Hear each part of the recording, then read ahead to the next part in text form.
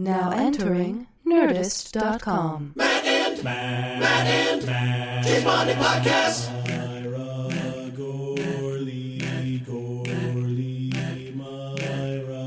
James Bonding Podcast, it's the James Bonding Podcast, it's the James Bonding Podcast, it's the James Bonding Podcast, it's the James Bonding Podcast, it's the James Bonding Podcast with Matthews, Myra, and Gorley. Matthews, Gorley, and Myra, podcast of James Bond.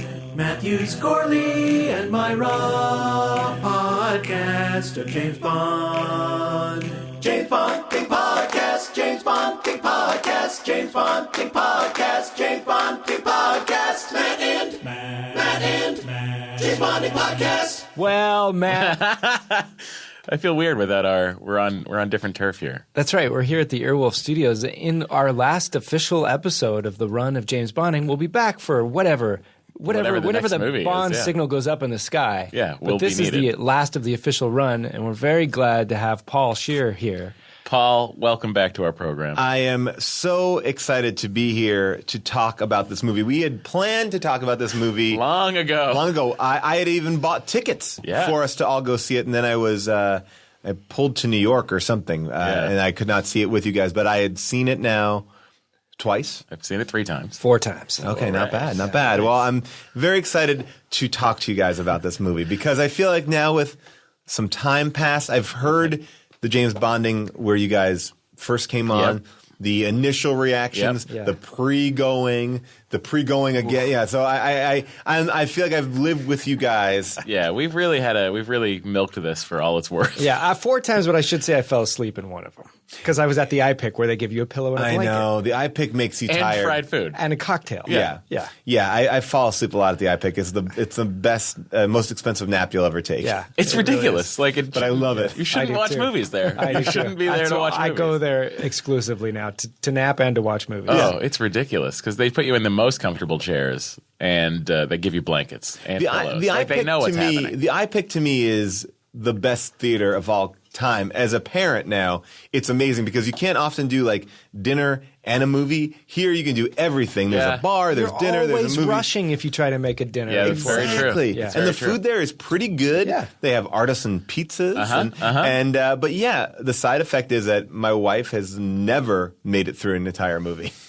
Never. It's also all the food is finger food because they don't want you clanking forks and knives against the plate. Which is so much better than like what the Draft House does. Yes. Like, when they serve those little nachos, it's great because each nacho is like perfectly bite-sized and it's all everything that's on it that you need it. You don't need to futz around there. They really have nailed how to nap in a movie. Well, that's the SPECTRE cast, guys. Thanks so much for joining us. We'll see you at the iPick. Hey, before we even begin, Matt, I have a surprise for you. Oh, you do? I have a little Christmas present. What? That's right.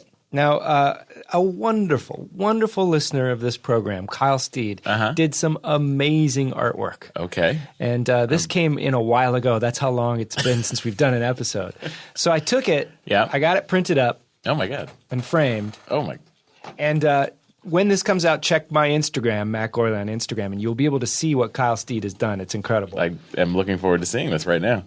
It is a poster oh, my God. for James Bonding with you and me painted in like the most classy professional manner, but it's also rife with inside jokes from the podcast. Pigeon double take. Kananga balloon. I've got a Starbucks Valencia orange refresher martini.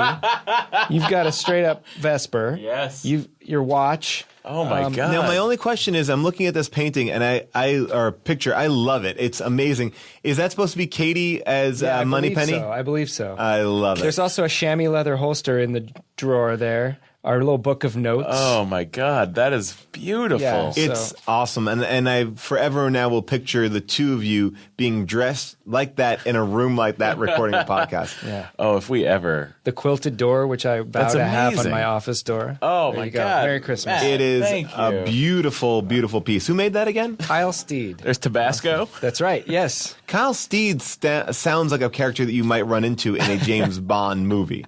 You have to talk to Kyle Steed. Wow.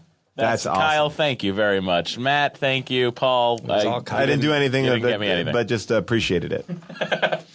So we're here to talk about Spectre. We're giving us the full James Bonding treatment because we've all seen it now a bunch of times. Remember how much Skyfall resonated when it came out? No one's talking about Spectre. No one's talking about Spectre. Because no of one Star likes Wars, Spectre. too, I think.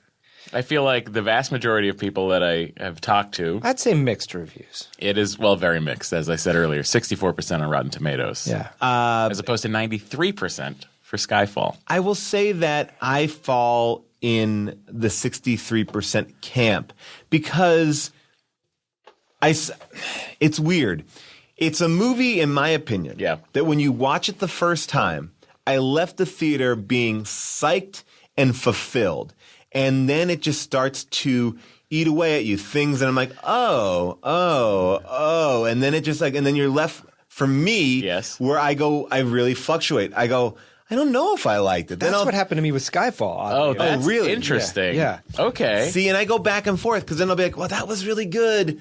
I don't know about that. And and this is, to me, like a fanboy moment to be able to discuss this movie with you guys because it's a way I always want to discuss a film, but you can't have a forum to really get into it. Yeah. Well, it's interesting. I think that a lot of people were reviewing this movie unfairly.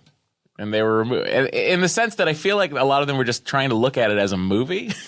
How dare they? Which I don't. Hold on. Yeah. Hang on. Just hear me out, guys. It's not a movie. It's a James Bond movie. Right. That's the difference here. And you feel like you're going to this movie expecting, if you're a fan of the franchise, you're expecting a certain something. And what you're expecting is for them to deliver the things you love about James Bond. And I think Spectre, for the first time in long time, this is my argument with all it. that. See, my argument is it is all condiments and no meat. Like it is, to me, it's like, yes, they give you everything that you want to see, which are, these James Bond tropes that we have not gotten, like from the secret lair to, Blofeld and the Q stuff. There's a lot of very cool tips of the hat to what James Bond used to be. Yeah. And I feel like that kind of it glosses over because it's like, oh, I'm so excited about blank, blank, and blank, but then it doesn't connect as good as the other ones. And I feel like the series has been maturing past that with these nods of tip of the hat to all these James Bond things. This is the issue that I have, but my bigger issue is in the third act. Well, it's okay. Third act is where my issues lie. We'll get to the third act when we get to the third act. Right now, we're talking about the movie as a whole. I need to figure out though if it's because. Before Spectre came out, Matt and I sat down. We did a podcast where we discussed the things that we'd like to see from this 100%. movie. And I believe they ticked off nearly every box that we had. We wanted to have James Bond get some gadgets. We wanted him to have a nice cold opening. We wanted him to go on a mission. We wanted him to not be sort of behind the eight ball on things. We wanted it to be more of a traditional James Bond movie. And I feel like this movie delivered all those things. Am I wrong? No, I agree with you. In fact, don't get me wrong. I like Skyfall. I think it's artfully done. It's done amazingly well. But there are huge Skyfall is pretty.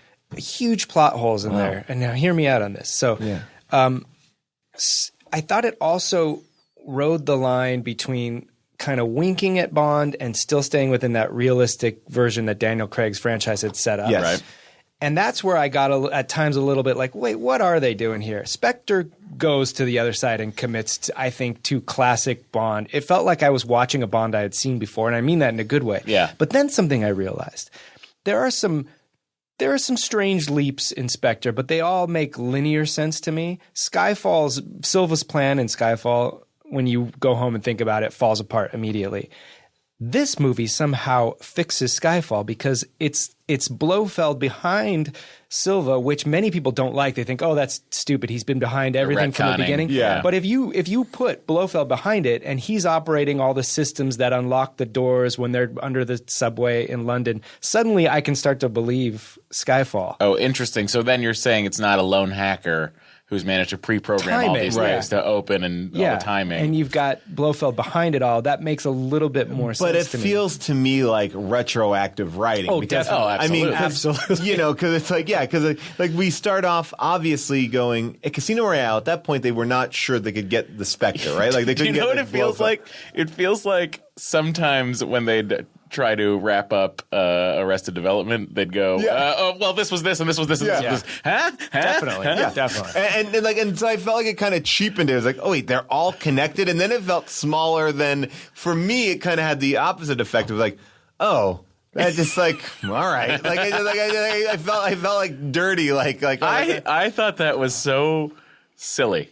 I thought that was so silly to connect it. Yeah. It didn't need. Well, to me, here's the perfect example of it. Not to jump ahead. I'm not jumping ahead. Jump but, wherever you want. All right. Well, we've all seen the movie. Everyone listening has seen the movie. My issue with it is, all right, so they do all that to connect it, and then like at the end when he's in the old MI6 or the new MI6, like they're basically like, who was the guy who put up That's exactly what I said to Matt. I was like, who set up a fucking laser jet? All right, put up the Silva picture. Oh my God, you need me to get rid of the background of everybody's photo? Definitely okay. that guy with the glasses and the bangs, his little butler guy. Yeah. Like and I'm all for a good Bond, like a traditional Bond. I love James Bond, and I made the big jump in the iTunes world, and I bought the $99 Holy shit version because I was like, you know what, it's time. I feel like I'll get them all. Yeah. They're great at $99 for 18 of them. No, it's a good deal. It's a good deal, and then I can go back and watch them in the moments that I want to watch them. Like I even did a little experiment before Spectre came out, where I did a real experiment where I just watched all the cold opens back to back. Very to back, cool. Which was I just want to see awesome. that, and it's easy to kind of just giving go us new ideas for new episodes. Yeah, that's a great Well, it's idea. kind of fun because then you can kind of evaluate them in different ways. Yeah. And I listened to something else. Oh, it was Edgar Wright made a list of his favorite James Bond movies in the order that he thought they should come out. And there was a Roger Moore one, For Your Eyes Only, which I had not really visited. And so I went back and I saw it, but it felt too adult to me when I saw it as a kid. And then I kind of grew out of Roger Moore, and I only kind of revisited Sean Connery. So I was like, I went back to kind of check up on that one. And I fell in the Octopussy camp of my James Bond world, where it's sort of like, I know it exists. I've seen it maybe once, maybe twice, but I haven't. Yeah, I haven't taken Octopussy it. for me is sort of the one that I revisit a lot. I put do that too. on a lot. That's an old coat. Yeah, I like to put on. And For Your Eyes Only, honestly, that might be the James Bond movie I've seen the least. Well, mine's definitely Tomorrow Never Dies. And let's keep Well, it that I don't way. want to please. argue with you. Yeah, the how Pierce good Brosnan ones, I think. don't know if I've seen those twice. I think. Oh, here's the other thing too.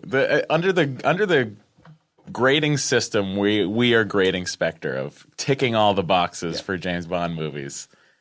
Tomorrow Never Dies hits them all as well. I've said this before. You see, and that's my issue with it. Is Yeah. Oh boy, you're about to win me over with what you're about to say. No, but I mean, my theory is now flawed. well, because it is checking boxes without. I think it's sort of like it just seems like a paint by numbers. Like we got that, and it's like, and the whole movie feels jammed in. And if you look at these Sony hack emails now. It's interesting because some of the notes that the Sony hack emails released about the film, they're not scandalous. They're just notes, and they're kind of good notes. No, they are. They're right. And it's like, oh yeah, these are my issues with the movie. Expound on that because I still haven't. They're mostly to do with the third act. Okay. I mean, if we're not talking real first draft versions of this, the John Logan version, I think, was basically. They're talking about after Purvis and Wade came on. And it sounds like they knew that the third act needed to be fixed. And it got fixed as much as it could. I think the story makes sense, but some of the choices, I think, aren't as good. But the first 2/3 of the movie, I think, is good.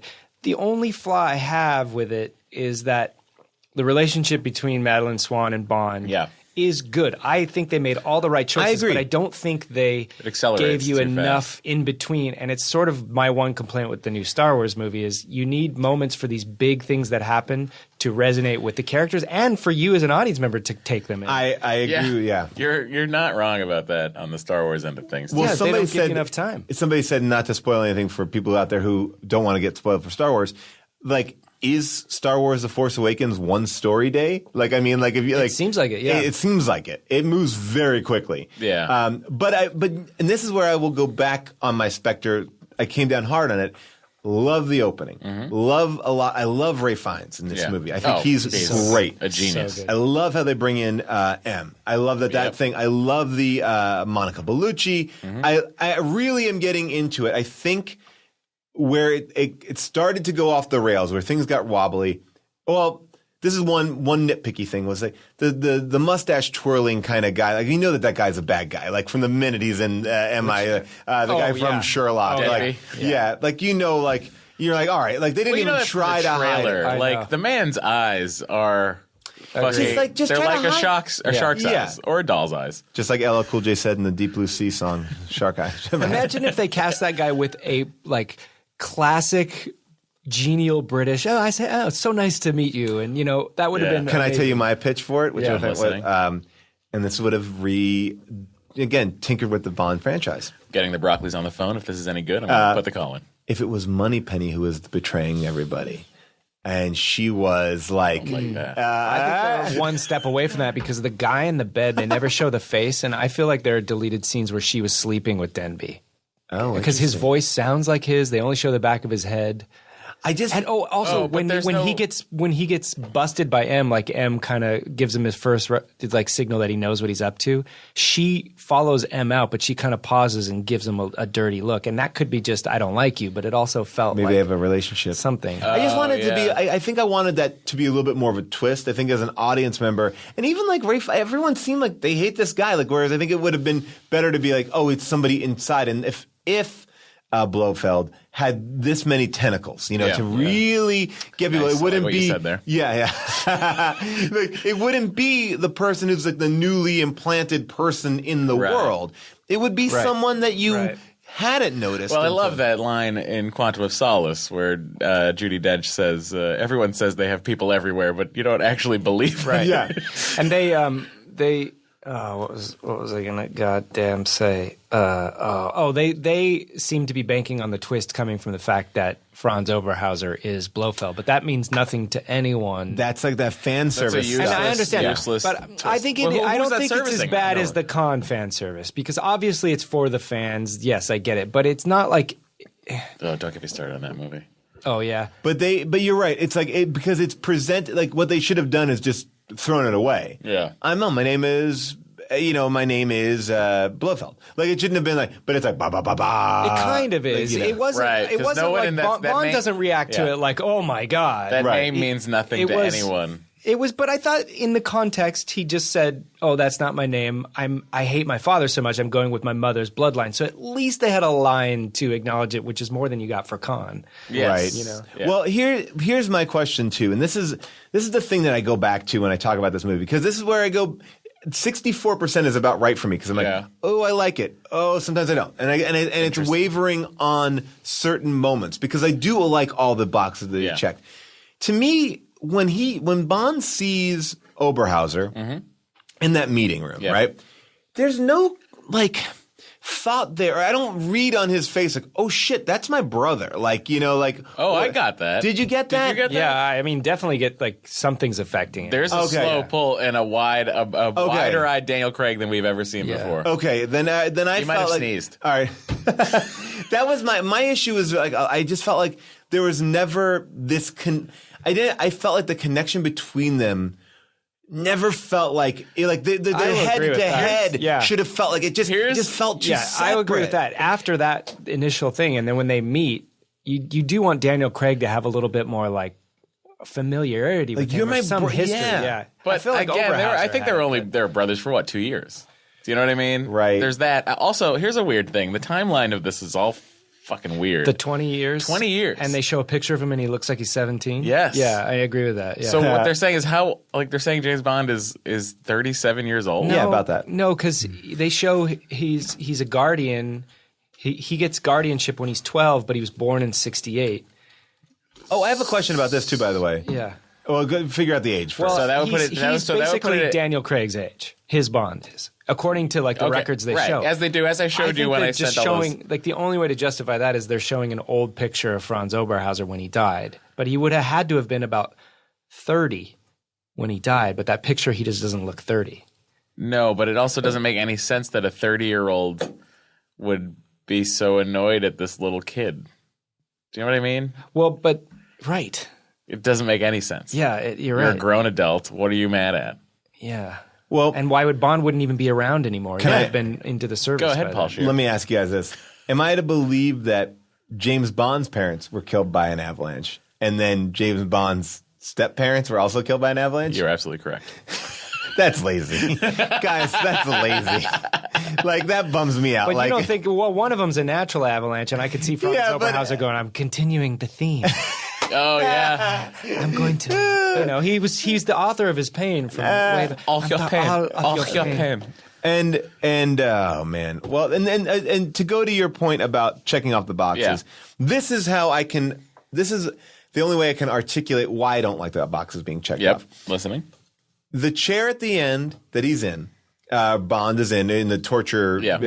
Is obviously a nod to Goldfinger, right? Like, I mean, we're putting him in that position and all that sort of stuff, which is cool. Like, oh, that's cool. That's like the new cool Goldfinger thing. But then when they get him in that chair, it's weird because then they stick him with these needles that don't seem to do anything to him at all. Yeah. So then you're saying, well, James Bond's superhuman, but yet you set up very early on that he's got these nanobots. Why don't you just put a line in there, like early on, to be like, oh, and these nanobots will like kind of help you. Like if you get like, instead of just being a tracking device, like let's like justify why he's not superhuman. I think that's there. That pushes it into. But you think that like a man getting these things. I hate that you have to like parse this much, but I think it's there in the movie because the first one is he's just drilling his tooth to hurt him. Okay. Yeah. The second one is if I find this nerve, you'll forget her. Oh, he says if I find it, I can't. I like. Oh, okay. I thought he was like, I am getting that nerve. No, he said if I find it, you'll forget you won't remember anybody's faces, and then the other thing is that like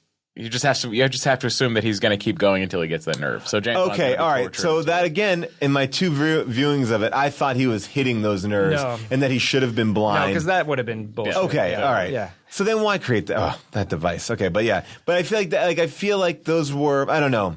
You're kind of doing one thing that's a little bit like an homage, but then you're doing something else that's like I didn't find that whole interaction between them at all fulfilling. I like the moon rock, all that shit. Like I was like, that's where it starts to fall apart a little bit. Yeah, and it's just sort of like I want these guys to go head to head. I like Silva when he went head to head with Bond. Like in their I liked how he was brought in, and I liked the way that they. But I think you will. This is obviously leading to something else. So it fell apart for me in the third act a little bit. But the final thing where he decides to go with Madeline Swan, I really liked. For a change on a Bond film. I really liked it too because I think they clearly are setting it up to be on Her Majesty's Secret Service. Well, they'll either be married or together and then Blofeld will kill her. Yeah. I like that a lot. And as I went on this podcast to talk about Her Majesty, so I'm all on board. Yeah. Okay. So I think we should talk a little bit about the earlier part of the movie. Yes.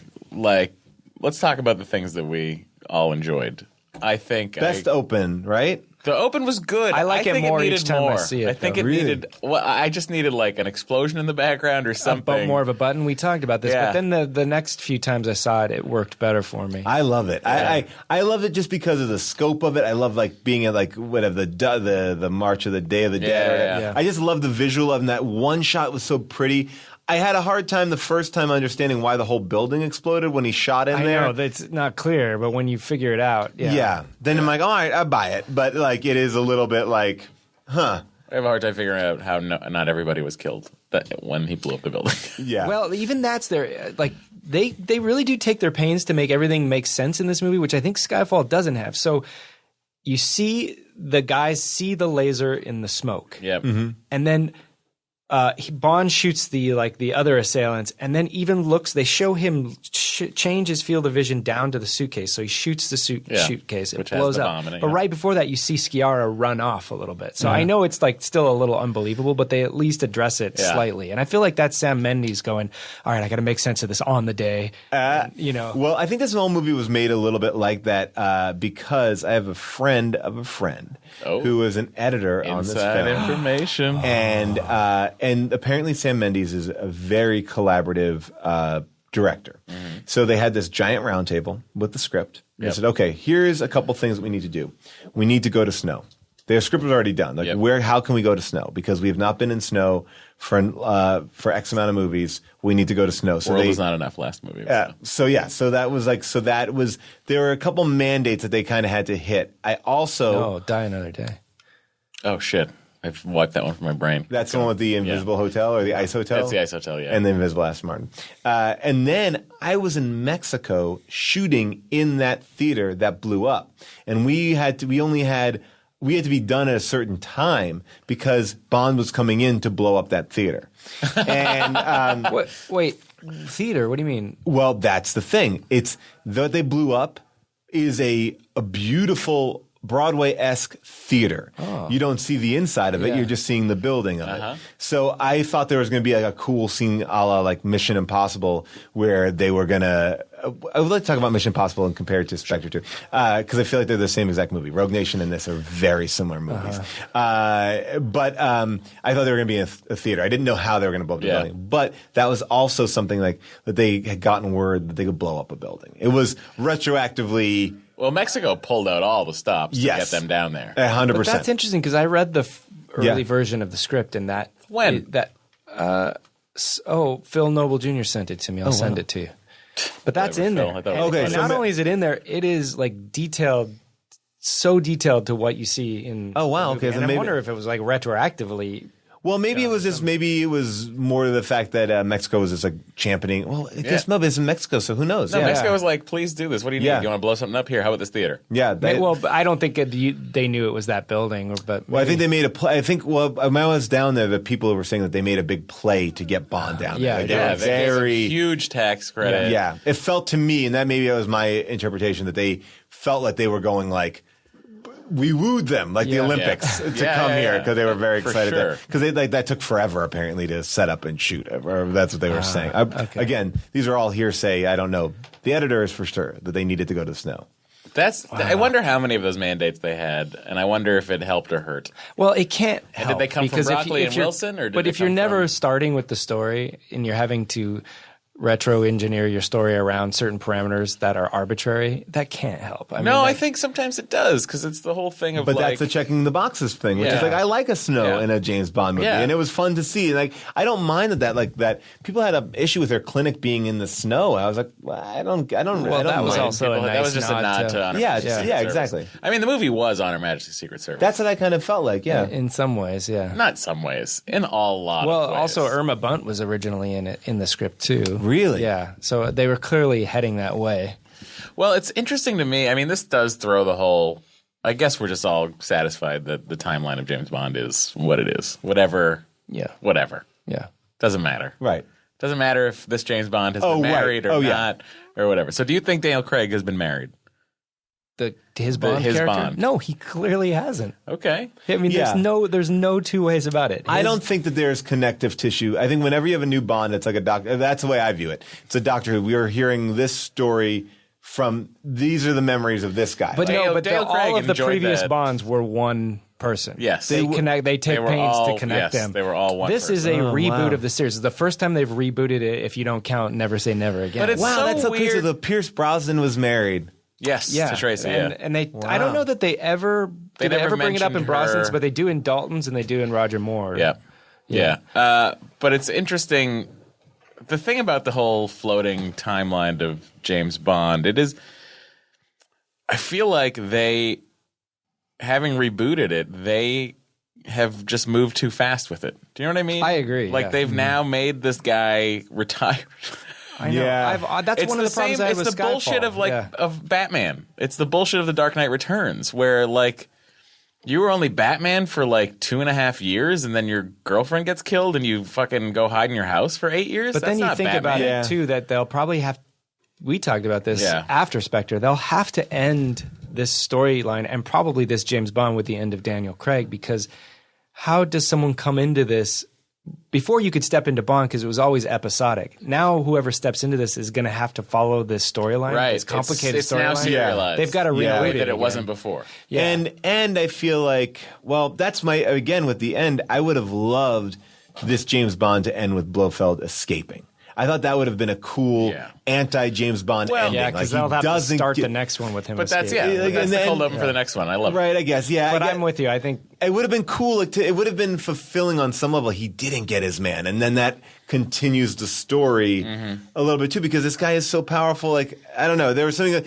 I feel like they kind of they head in a direction and then they kind of just go, well, we're going to do what you expect it to be. Yeah. I think that they'll go a little bit more with the books and go to the last Blofeld novel, You Only Live Twice, where he has this like death garden where he grows like plants that are venomous and stuff. And Bond has a showdown with Irma Bunt and Blofeld, and he kills them with his bare hand. Like I think he chokes Blofeld to death or something in their Japanese castle and garden or wherever they're living. Love it. But I think it'll be after he kills Madeline Swan. But it's also like, do you think Craig's coming back? We think, right? He's going to come back. Yeah. Right? And I like that. I did I like hope so. I You did. met him. Yeah, Yeah. I did. Yeah. He's a great guy. By the Thanks so way, much. I We're have to really good say friends. that you told me to check out that episode of Nerdist, and it was fantastic because I've never seen him so light, right? and fun. I think of him as someone that is difficult in interviews, Yeah. and that was really refreshing, and I got more out of him than I ever have. Well, you realize it's like, oh, he's difficult to idiots. Yeah. Like He doesn't you suffer go, fools. You go around the world and you're answering the same stupid questions 1,000,000 times for 8 hours a day, if not more. And you probably are just getting short with everybody. And I felt like when I was on there, I was like, oh, I love him. Yeah, it was interesting to sort of take the approach with him of just, we had the luxury of having time. Yeah. So we had him for an hour, so we could just sort of slow roll it out. And it was good to talk to him, not start off and being like, so what makes this Bond different? Yeah, but like, the more important questions are like, what does he smell like? He smells like a natural deodorant. And then nice. like when when you meet people in real life, does he cut a tall figure? Does he feel shorter? He felt taller than I thought he would because he's about my height. Oh, wow. But he just felt taller. Like when I stood up hear to that. shake his Yeah. hand, he came in.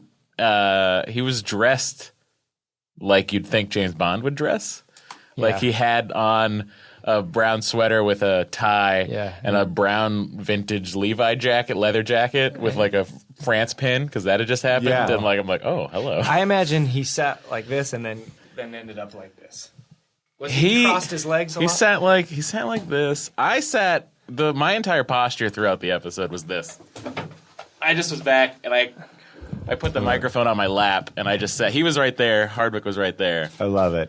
And I just was like, It was one of my favorite things to listen to. And again, like talking about Spectre again, it's like, I saw it opening night at midnight. I'm so excited to be there. And there's so much. And I think Sam Mendes as a director, like that car chase that he does when they're in the canals is I love that car chase because I thought they just felt like effortless. Like it just felt smooth in a way. it's a good car. I liked that the rounds weren't loaded into the guns. Yeah, and I love that. I did not like the music. No, bit. I didn't either. No, but the music bit is very like Roger Moore. No, the most Roger Moore thing in the entire movie is the guy in the Fiat that gets pushed into the parking spot. And the airbag goes James off. Bladen had a great, you could have it either way. In the cold open, when he lands on the couch and you have a nice Roger Moore moment where he kind of goes, all right. James was saying he should have landed right next to the couch and then looked at the couch and gone like, which would also be kind of a nod of like, my Bond doesn't land on the couch, but fuck it. Goddamn, why can't my Bond land on the couch? Yeah, I think that would have been great. But and that old Italian guy just felt like that was very Spielberg. Interesting. But I felt like there was something about it that in the moment I didn't like cringe. And that's what I feel like about Sam Mendes. Like I'm like, oh, I love the way that you do this. Like it just feels smooth and it looks cool and I think that seems like your issue with Skyfall. Like it always looks good. Mm-hmm. And I just felt like again, I really liked a lot of it. I think my thing starts to go downhill a little bit more. I feel like I guess what I'm missing is something that James Bond doesn't do, which is go like to Madeline Swan, like, could you believe that's my fucking brother? Like exactly. I don't understand. This is driving me mental. Yes. Like I want that. Like I want that too. Moment. I thought this guy was dead, and now he's here. Yeah, I want that. Like, and I think like it's like hard not to have that. I know he's not supposed to do that. When we might have talked about this before when we recorded, but when she says, "I can't do this," and I'm leaving. And he just does his old, like, stoic Daniel Craig James Bond. Like, I've been hurt before. Women don't affect me. I would have liked at that moment for him to go, oh, fuck. Like, this time I'm losing another one.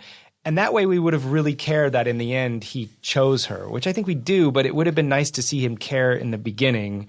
And then we'd understand that he loves her because we've only heard her say it, and they haven't had a ton of character development to make you believe it. Yeah. Well, it's a problem of a character that is an emotional void. Like, and I think that he's done a great job of like making that a realistic thing. And he's like, so his highs aren't highs and his lows aren't lows. He's just kind of always at middle and sometimes a little bit more angrier, Yeah, the psychology of James Bond is interesting. Like he's so detached all the time. That's why I wanted this to break, and that way we'd know why he would go with her, because like Vesper, he's finally found another woman. Who would you like more, Vesper or Madame Vesper. Swan? I'll always be Vesper, yeah, she's amazing. amazing. I took my dad to see this when he was in town because we have a Bond history. He really liked it. And then I got to go with Madeline, sorry. Huh? Oh, really? Yeah. Wow. And so my girlfriend or fiance, Jesus, Amanda. Hey. Congratulations. Thank Congratulations. you. She went to see it, and we were talking about Casino Royale on the way home, and both Amanda and my dad went, "Oh, we should watch that." And I was like, "What? Really? Okay." So we put it on. And boy, that movie is so good and holds up. And after watching it after Spectre, I did like Spectre, but nothing can touch that movie. That movie is it's still really ranked highest perfect for me. Yeah. I feel like I feel like that shares similar DNA with Creed, which is a movie I really loved as well. That yet. And no spoilers there, but it's like, here's something that you like, and we're going to give you everything that you like from this thing, but we're going to make it real. We're going to make it now of the time, and cooler. What do you think? What do you think started this whole push to making things more realistic? Like what was it? I think Bourne. I do. Bourne and Batman. But the thing I can't understand. But what was the push to make Batman more realistic? I think because they've done with the Schumacher years. And people but I think people have heightened. I think maybe after 9/11. Yeah. Like if you want to go like that's there was very true. There was there were more stakes to things, and I feel like. And also you heighten so much. It's a photocopy of a photocopy of a photocopy. It's like, all right, well, like you get Invisible Aston Martin. It's like, where do you go? Yeah. Where can you go, and where are these stories? Well, the answer is Smart Blood. I know. I feel like when Skyfall, everybody's like, "Oh, Skyfall is the best James Bond." When Casino Royale is sitting right there. Casino Royale is so much better. I know, than but Skyfall. people not that Skyfall's not good, but it really hit Casino with the Royale public. is amazing. I think that, and I am a very big Skyfall fan. I think that Skyfall feels like, and it doesn't check the boxes that you guys have, which is like, it is what I think people, America, non-James Bond fans, just general, like, I'm interested, want James Bond to be. It's like, it's very simple. It's like it's cool, and it's like, and it looks beautiful, but it's like they have no allegiance to the James Bond tropes. And so by having them not there, it's a very like, here's the bad guy, here's one guy. It's this, I don't know. I think it seems the easiest to get into for a non-fan. Right. That's why I think it was so successful and so kind of beloved. Yeah. Yes. Because anyone can see it. Spectre's creeping up. It's at 863 million worldwide. Not bad. Not bad. I think it has to make what, like one? They wanted it to make I don't know. billion? I forget. Yeah.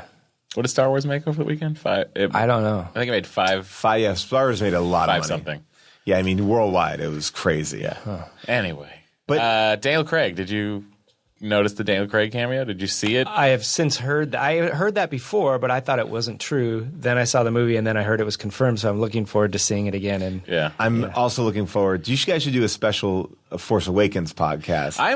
We can just shift this right. No, I was saying to Paul that I would love to do a Force Awakens. That's another movie I want to talk about and get into in many ways. But our producer has not seen the movie. Oh, really? Okay. Yeah, we can't. I'm glad I didn't say anything. You can talk about it. I'm not going to spoil it for you. I'm not I'll going to put my earplugs in. No. It would be too much. I also feel like people may be wanting to listen to this. Yeah, don't but they want have that not spoiled seen it. yet. Gotcha. The idea too that the one thing that if you did see Star Wars, which I recommend to everybody, is to go online and look up all the rumors that were floating around, things I avoided for so long. It's fascinating to see what was out there, what was kind of true, what was not kind of true, what were the set pictures that people hypothesized on. I went on a big wormhole last night, just like looking at certain character pictures and leaked images. What did you Google to do that? Just I started to I knew that Slash Film has been very respectful about spoiler-free posts and then spoiler-filled posts. So I went down that path a little bit. Then I went back. Then I went down Screen Rant, kind of collected a little bit of their rumor posts, and they kind of said, "All right, well, this is what, now you know." So this is what we reported on, and here, because nothing is wrong. It's just like, here's a picture, here's a hypothesis. The one thing that I leaked to me was wrong, and it was how the film starts. And I think it might have been an earlier version. That was Devin. Mine, I knew that one too, I think. Is or we talking about this? A red herring? Yeah. Well, I read a thing, interestingly enough, again, about what the MacGuffin of the movie was. And that was interesting. Like, a few of their ideas that were on the table and taken off. The one I think I can spoil here without wrecking anything for anybody is apparently there's a big rumor that Hayden Christensen was snuck in to Pinewood to shoot a potential ghost scene. That is not true. That did not happen. But that's apparently Ewan McGregor recorded some dialogue. Yes, that is now confirmed. Yeah. For Force Awakens? Yes, it's there. And so did It's Frank in the Oz. movie? Yep, Yes. and so did Frank Oz. It happens in the the and montage? Maz, which and we'll the call Maz. call the everyone. There were some people online that were calling it a forceback instead of a flashback. Oh, I like and that. I wanted to punch everyone. And also they manipulated Alec Guinness's voice, so they have new dialogue from Alec Guinness in that. I can't wait to sit down. I wanna and watch it again. Take a nap at the iPic through this film. Yeah. Oh, that's not a bad idea. That's a good one. What's your week like? It's open. All right, so Paul, you in town? look, I'm always up for an iPic movie. I am in town. I'm not going anywhere for the I now holidays. live 5 minutes from there, too. See? It's so great. Oh Yeah. boy. All right, so we like the opening. Yep. I love Ray Fiennes. I So good. love Ben in this movie. Yeah. Q. He's great. I love him. He is in so this good, movie. and I love the way they introduced him, and I love how he has grown. That's what I do like about the James Bond movies. He's now is, really like, taken ownership of the quartermaster department. Yes. That's what I really liked about it. and you got to see, which is something that I love about James Bond, the walk through the Q He department. picks up a gadget that they're not going to use. Yep. He Yeah. picks up that gun. Yep. Yeah. And I love it, and this is like this is where the movie, it's so like black and white to me, because it's like it works in the way of they show you all this cool shit and they go, and you get a watch. And I'm like, yeah, that's what Yes. you want it to be. Yes. Like, you want to know it exists, and you want to know, and then he gets a watch. So it's staying true to Guys, when what I we was love. wearing Daniel Craig's By the way, that was amazing. I know. You were wearing his watch, his shoes. I wanted to make sure I wrote down the name of those shoes. They sounded really good. The way Crockett and Jones. I haven't even They're- begun to contend with my jealousy for this. The greatest thing was when he spotted the peacoat that I had I had it on the back of the chair. he got every single thing. Didn't he say he pretty much selects all that for the character? You know what? But And it he's was such a quite weird a thing to see him like fashion lock eyes with me and then look past me and then Just go, to lock Who eyes makes with that him. Oh, coat? that's the question. I'm burying the lead. Oh. How deep were those swimming pool eyes? They were. Let me say this. First of all, there needs to be at least 4 lifeguards on duty because that shit is deep and there's an undertow. It's going to suck you right in. Oh my god! Yet it's crystal blue. Eyes are ridiculous. They're ridiculous. I don't get why people didn't like the Madeline Swan storyline. That's the one thing that I think a lot of people rejected. And I know it moved quickly, but I liked her. I thought she was great. She was all the fantastic. And acting in the beautiful. film. Like She was gorgeous. Yeah. She was believable. I also really, the more I watch it, the more I really like Christoph Waltz. I liked him in the beginning, but I also thought, oh, he's maybe doing his Christoph Waltz thing. He tones it down quite a bit, especially in his. How would you describe a Christoph Waltz thing? Can I try some of your delicious milk? Monsieur? She's great. And they needed a little bit more development, but I liked the storyline. I liked all the choices they made up until And the what end. I would say normally is like they were pressed for time, but they seem to take their time with this 2.5-hour movie. This movie is long. It is. It is long, but you need to squeeze in, you're squeezing in. There's really like an A plot, a B plot, and a C plot in this movie. The C plot being the love story, the A plot being Blofeld, and the B plot being what's happening at MI6. Yeah. Yeah. It's like a sitcom 101 writing. I think my favorite scene in the film is actually Mr. White and Bond at the table. Oh, yeah. Yes. Really good. That's a great, I mean, again, it was a great way to kind of, I like bringing him back. I like that character and where he had kind of gone to. I thought that was great. My wife was trying to clean the kitchen after a party, and I said that she was a kite dancing in a hurricane. God. I will never not have that in my head. Dancing. He's everywhere.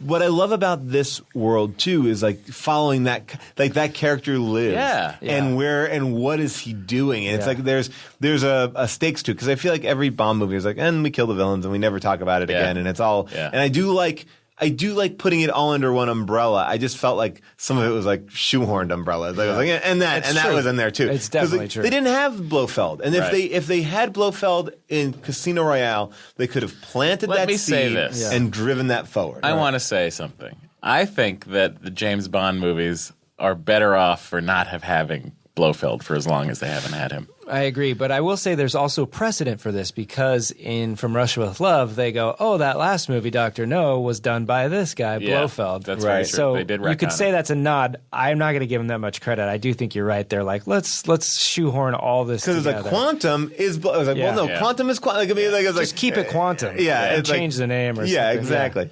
They It was just, a I mean, subset of Spectre. But you see that was the thing. subsidiary? But you see, like, instead of Spectre and LLC. that's why I think like the fan service shit is a pain, because like just make it just go like, oh, that was like you. But they want to use Spectre. They want to say Spectre because it is cool. You're and right. it's and so then they have to like kind of ratchet it I was back. on the edge of my seat wondering if they would tell you what the acronym stood for, just to laugh out loud in the At theater. the end of the day, That would've though, been great. and I had this a little bit with Star Wars. I was talking on another podcast about this, that Star Wars and James Bond, for better or for worse, exist before I grew into a critical phase. So not only it's one of the two things probably in life that I can go into these franchises leaving my criticism at the doorstep, but I also feel, I just realized recently that I'm doing myself a favor of like, these aren't Godfather movies. They don't have to be Right. brilliant. Why not give myself the gift of enjoying them? They're popcorn movies. And so here I am on a podcast where all we do is dissect these films, Yeah. saying I But shouldn't we do it with that. love. We do it with love. Yeah, but there is something to Star Wars, especially, where I was like, yeah, there were some flaws, but remember, you were a kid when you saw Star Wars. If you watched it right now, you would find some major flaws. There in are it, always too. going to be Yeah. flaws, and I feel like There's one perfect movie. It's called Jaws. The end. I'll say Casino Royale. But I love these movies, and I love watching this one, and I love being there on opening night, and that energy of fans enjoying and wanting to see this Right. thing. And no one does this action like this. And when you see it like in the Avengers, it doesn't feel real. Yeah. But now to bring back my other point. I really am a huge fan of the new Mission Impossibles after J.J. I am Abrams took over. too, yeah. And I think that this movie is very much plot-wise similar to Rogue Nation. I know I brought it up a little bit earlier, but if you look at them down the center, it's someone trying to shut down MI5 and make it more modern. Someone's trying to shut down the Mission Impossible force and bring it to the CIA. Then, and they're both of those guys are like these evil guys, and one guy's on this mission and he's trying to hide it from the other guy. They're both doing that. Like, the only difference is that Jeremy Renner is a little bit more on Tom Cruise's side, but they pair up with, a very powerful female. There's a lot of similarities to Well, storytelling. there's in no this. doubt the current or Mission Impossible series are doing classic Bond better than Bond is now, because it's not entirely going Right. for that. But that Mission Impossible movie was like the best Roger Moore Bond movie I've ever seen. Yeah. Well, it's also like no one is going to touch Tom Cruise right now with his Literally. with his fucking stunts that he will do in real life. Yeah, they're amazing. Like, it's crazy. And it's also crazy that they're insuring him. I don't know if like Xenu's involved, but Probably. he seems to be just. Well, I think if you do it enough, and you are the producer and you are the lead, and and the movie gets made because of your involvement, you can kind of call those shots. He's just not an actor for hire. Well, I mean, if you remember in Mission Impossible 2, he's free climbing. yeah, That's At right. the beginning of that movie. That's where it started, as far as I can remember. Like, he's always up in the mix. He's an on-screen adrenaline junkie. Man. now, when I talked to him at the Nerdist podcast, Okay, listen to that one now too. don't. It's such a garbage interview. It's Really? such a fluff time thing. It's that's so how weird because he he is, is like, you cannot. Right, you're not gonna You get- ask him, like, he says on the podcast that he watches a movie every day. He loves movies. He has a theater at his house. So when you ask him what a movie he likes always very one of recently his. is, Oh, I did listen he to just this, goes. So many, it's just I can't. Like it's that kind of thing, like Yeah. where he's worried about. Because they're probably all his own movies. Maybe it's just. I feel like you got him it's just Top Gun. did you get him around award season? I feel like it's like you don't want to say what they like and what they don't like, or it's so weird. Yeah. It's like I feel it's like just be like, oh yeah, I watched Young Frankenstein last night. No one will argue with Yeah, it. Great, yeah, fine, yeah. cool. Right. Yeah. If you wanted to see a Mel Brooks movie, like That's great. yeah, but it's like I feel like they're It was very so like weird. Daniel Craig much more revealing. I loved Dave Bautista in this movie. Yeah. Oh, he was great, That was a fun villain. He Again, was like great. a great nod to it. and potentially not dead. Oh, They may Jaws him. I think they might. If Jaws they him. decide to go full bore with this reboot style, like this classic style, they may Jaws him back. I hope they loved Jaws his- him and turn him good. They may. I mean, he's clearly likable. I'm just so surprised that Dave Bautista coming on as like this great action. Well, he's great with a Sidekick. by the way, he's doing it the right way. The monosyllabic Yes. acting guy, like or no words, But watching Richard Keelan For Your Eyes Only just recently, that is one of the coolest scenes. And it's a Roger Moore movie, so it's always a little goofy. But like Jaws just rips apart a car. Like they're in a car. They're it's trying to, Spy Who Loved Me. Oh, Yeah. sorry, The Spy Spy Who Who Loved Me, Loved Me. I'm sorry, that's the one I was talking about. Not For Your Eyes Only is one there with the Italian I guy had climbing on the mountain. Sorry, yeah. I had whited out too. I was like, wait, what is he talking about? Oh, sorry. I messed because that's again. For Your Eyes Only and The Spy Who Loved Me also feel like one movie to me that I don't really. Sure. Very similar. I mean, era. I know. I guess it was not. It was like two 70s to be. I don't know. Yeah. It doesn't resonate with me. But I remember the night when they're in Cairo and all that sort of stuff. But that first introduction to him just ripping apart the minivan is so. When they're at great. that weird outdoor Egypt light show. Yeah. The pyramids. Did that actually happen? Because I was don't like, know. I It want to did. see that. That was a huge question for In me. fact, they, I think they shot during one of those, if I'm not mistaken. Very similar to the View to a Kill butterfly show, like taking. Do you guys want to shoot during the 3 p.m. or the 5:30?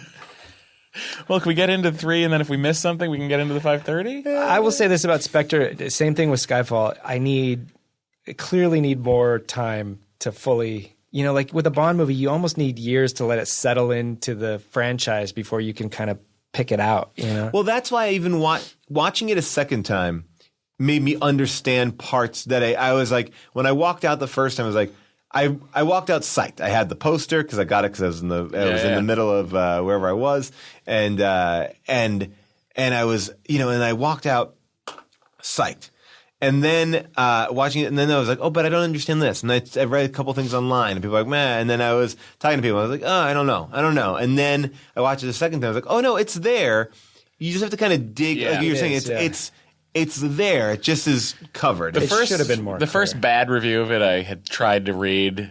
In the first paragraph, the person says that James Bond conjures an airplane out of nowhere. And I just got really annoyed at that person because there's an establishing shot with the runway right next to the building. Yeah. Like, I just was like, pay more attention before you try to rip a thing apart. And I also feel like the franchise is too smart for that. They're not doing anything like that. Yeah. Like my issues are more story issues. They're not like Bond issues. And I feel like whatchamacallit too. The thing the review that gets me is he's so uninterested. He's so checked out. Daniel Craig's so checked out in this movie, just going through the motions. I read that so many times, and I was like, I don't get that at all. Like I feel like you picked that up in the one scene where they're escaping the because he's fortress. just moving sort of slow. But I feel like it's both a character choice and maybe informed a little by Daniel Craig. But it does feel like the character's because he got allowed to do beaten. that. Didn't he break his leg or his arm on the movie? Tore his ACL. Tore his ACL. Yeah.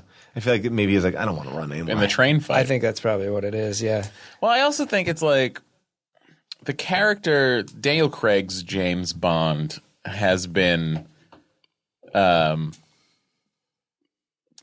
first of all he resigns in the first movie. Like this is a guy never who wants just to like be there. doesn't want to be there at all. He resigns in the first movie. Quantum, he's Well, he goes totally rogue, right? In Quantum? Mm-hmm. Yeah, he goes there after him and he's rogue. He's like, I'm out of here. I got to watch Quantum again. Yeah. Skyfall, watch it back to back with Casino Royale. Much better. I think much it's better going to age experience. a lot better than people remember. And then in Skyfall, he gets shot in the shoulder and then decides, I quit. He's always getting out of it. And we were talking about this before, and I was like, oh yeah, he never wants to be James Bond. He's the only James Bond that doesn't want to be James Bond. Right. Yeah. And that's why I thought, like, the setup, the ending of Skyfall, where he hands him a dossier and he says, are you ready to get to work? With pleasure, pleasure. I was just over the moon. I thought, here we go. Finally, James Bond's going to go on a proper mission and do his thing. And he is going on a mission, and it's given to him by Judi Dench. By the way, great job not spoiling that cameo for anybody. Oh, yeah, that was great. It was a nice surprise. It was great to see Dame Judi drenched. But the character then at the end of this movie where you're sort of getting your James Bond, he again chooses to leave. This guy has never... I like that. This guy has never... I like that because they've at least committed to the fact that he's reluctant to be, and he's basically only doing this because he lost Vesper at this point. He's like, fuck it, I'm never going to have a normal life. I might as well be a sociopath. And then he finally gets another chance at it and takes it, which I think if he would have not gone with Madeline Swan, it might have been more difficult because he kind of, I think from the beginning, his Bond wanted that. And now he has that chance again. And that's why I wanted to see him more upset when she walks away. Well, but now don't you go like this, go, okay, well, if that is true, then we have to open up the next movie with Bond not an MI6. Yeah. With this woman. And if she's killed, then it's like got to be like License to Kill or something where it's like, or not License to Kill, View to the one with, the one where he goes with Richard Davi, which was License to Kill. Yeah. Where he's like, I got to now go on my revenge mission. And it's not going to be a typical James Bond mission. And he's already again. And then that's going to be the end of the Daniel Craig connection. Yeah. And then they're going to have to start all over again. So we're never going to get the James Bond mission that we like. No, I think it's done. Yeah. Whereas like Mission Impossible, I think has taken that baton and like, we're going to do missions. Because I think I remember reading a thing with Tom Cruise about why Mission Impossible didn't succeed. And or I guess it succeeded, but what he didn't like about it. And it was a good point. It was like, the thing is called it's the Impossible Mission Force. They kill all of the people on his team, and then he's got to do it alone. It's like, well, they've taken away the one thing. That first one is a huge misstep. Plus, the bad guy is the leader of the Impossible Missions Force. Yeah, it was Phelps, right? Yeah. So it's like you take away the one thing, and so that's the one thing that bums me out because I do feel like you, like, let's just do a mission. Let's just see a mission. Like it doesn't have to be for revenge. It doesn't have to be personal. It's like, you are this guy. Like, and why can't a mission be as exciting as a serialized story? I think it can be. I am worried that they're gonna start with Bond at home with Madeline Swan and M going, we need you one last time. Yeah. Come on this mission. And then she'll incidentally be killed or something. No, I think it has to be Blofeld kills her. And then the end to Daniel Craig's arc is he goes on a revenge mission, kills Blofeld, and maybe even dies himself. Oh. Wait, no. Yeah. How many revenge missions has he been on? Like just the Daniel Craig ones have all been obviously Casino Royale ends with a revenge mission and begins with one. Yeah. And that's kind of, he's off the grid. And that's what he is in Quantum. He's fully going after full the revenge. people. And then Skyfall kind of, not really. Yeah, I guess he's like, okay. Skyfall is kind of the trope you isn't. don't want from the next movie. Skyfall is kind of like he sees Wolf Blitzer talking about MI6 getting blown up, and he's like, "Fuck, I got to go back." Exactly. Yeah. So they've already done that. Yep. But what happened to that girl? Like, what about the girl that he fell in love with in Mexico? The one with isn't that the beginning of Skyfall after he jumps up the train? Is he in Turkey or something? Yeah, Turkey. Like, what happened to that girl? Why didn't he? What happened to the girl from Quantum of Solace? I mean, that one was wonderful. Yeah, I like that too. That relationship's great. They don't have sex. Yeah, they just need each other to do their revenge missions. But this is what I like about Daniel Craig's character. I think we talked about this too. Is he fell in love with Vesper? She boned out and died and killed herself. Well, she really screwed him. Yeah. Then he goes to this next girl and kind of tries to kiss her, and she rebuffs him. Yeah. And then goes on to Skyfall, and it's not really about a woman. And then meets someone he really loves again in Spectre and chooses her. So he wants to be with someone, I think. I think he wants out of this life. And that's something Bond has never been. And I think they shouldn't deny that. But what does he think he's going to do? Like, does he think he can have a nice life somewhere? That's why he's wanted by everyone. I thought that this would have been the best ending for Daniel Craig in the sense that that's a nice button. Blofeld's caught, and he goes off into the sunset. By bringing it back, it feels like, okay, back to the drawing. Because it did feel like him throwing that gun on the bridge. I love that. I don't know. I thought that was cool. I thought that was a cool choice if he's not coming back. I was like, oh, that's the end. Like that's Did they do that because they want to set up a revenge thing, or because they truly didn't know if Craig was coming back? Because he's got another film in his contract. Yeah, right. So I have to believe that they're going. Now we're set up to do the On Her Majesty's Secret Service idea. But they just did elements of it. But they can't do that again. No, I'm if you just talking mean about the last 12 seconds. No, I'm talking about killing the wife and having that, which has been what like you're talking about now is Diamonds Are Forever. But it's arguably the only through line of Bond previous to the Craig films. Correct, absolutely, 100%. And so I think it would be good to put that back in. But then I also feel like what Blofeld to me then becomes what? Because we see how the power struggle. Like, all right, so if he's in jail, we got to put him in jail for what? I mean, unless the movie takes place immediately right after, like the movie just starts, like which they've been fucking really on board doing. Yeah, which I think that actually would help this because you put Blofeld in jail for a little bit, and the way that he's going to be confined is going to be, it's going to be the like fucking Magneto's chamber, yeah. So like you're not going to, or they're going to put him like Jason Statham at the end of Fast and Furious 7, like that one, that's the most ridiculous, I didn't see that one. The most ridiculous jail cell ever. Really? It's hilarious. Like he's walking down a hallway, and there's like these little gun windows, like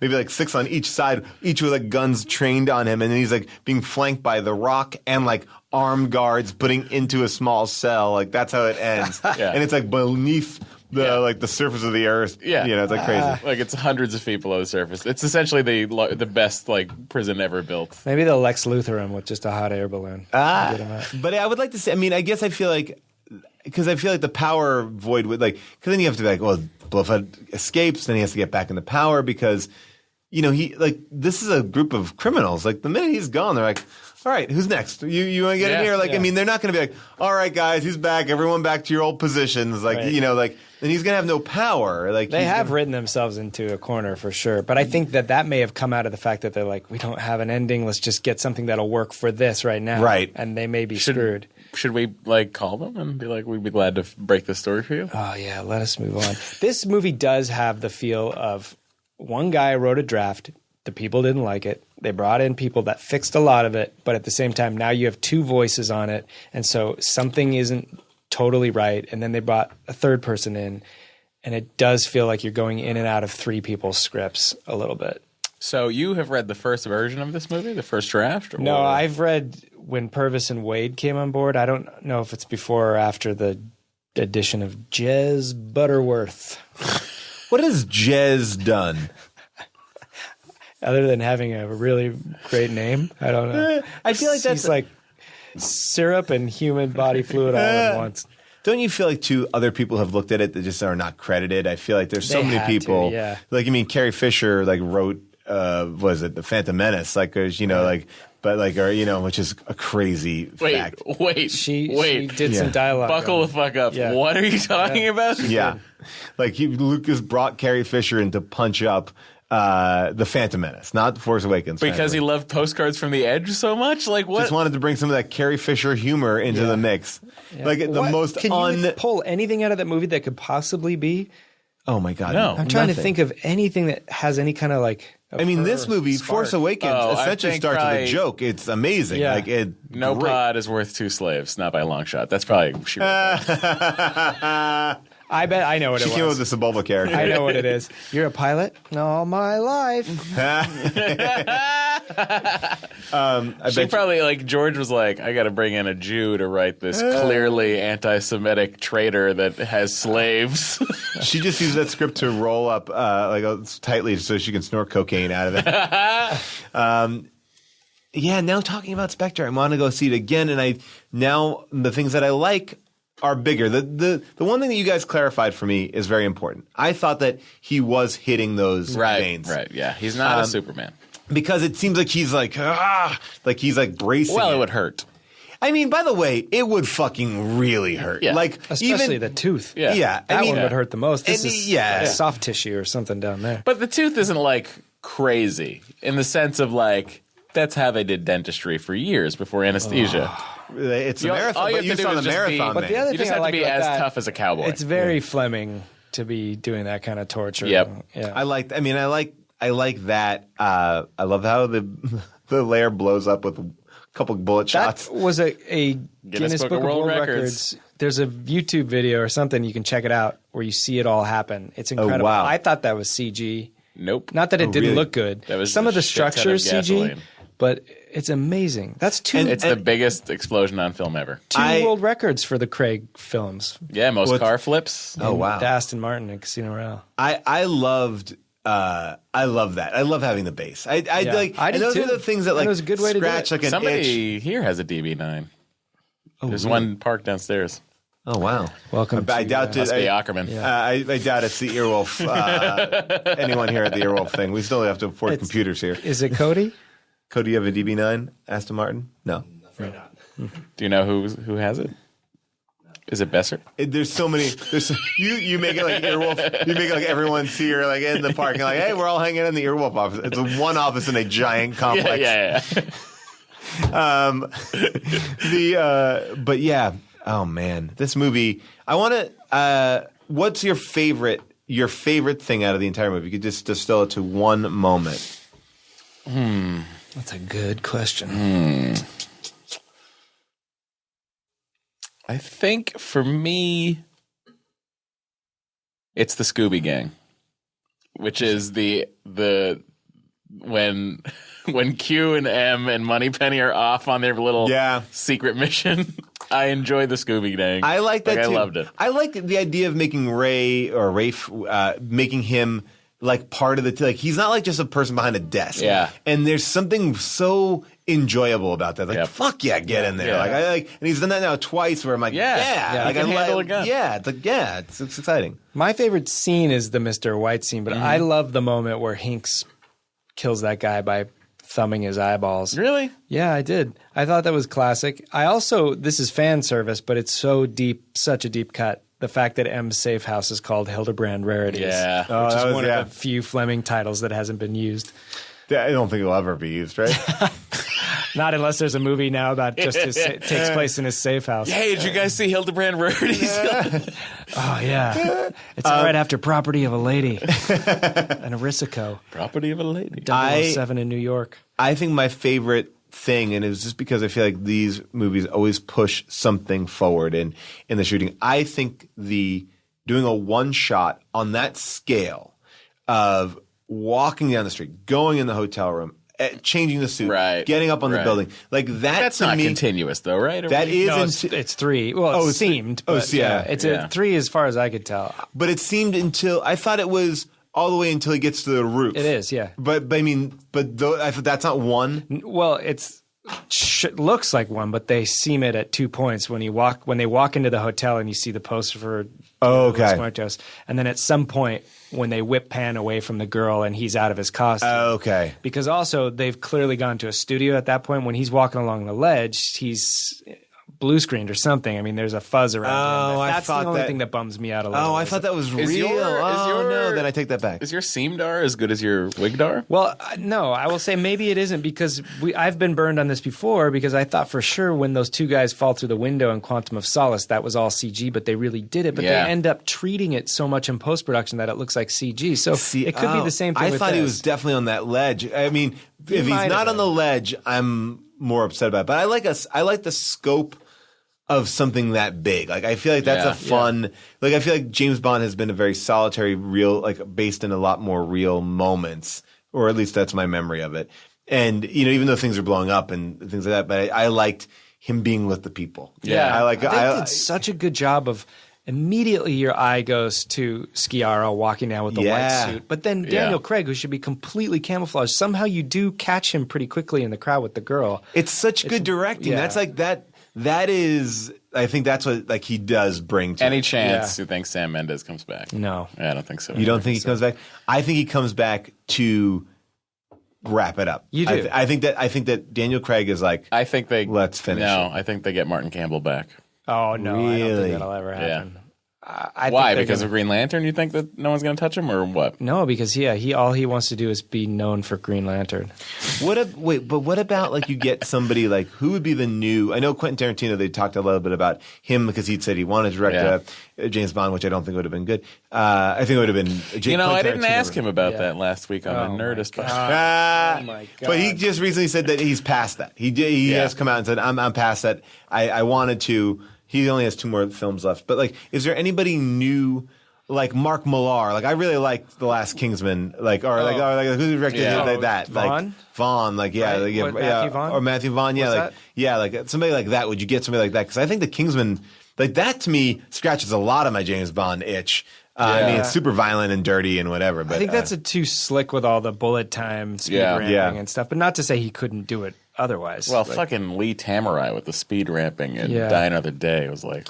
But at least that was almost of its time. I guess the question is, do they get a name director or someone more like less auteur? No, I think they do name, and I think they're out of the business of not having a name director on these things. Now that They Sam have Mendes to, is on, right? Yeah, who would that be?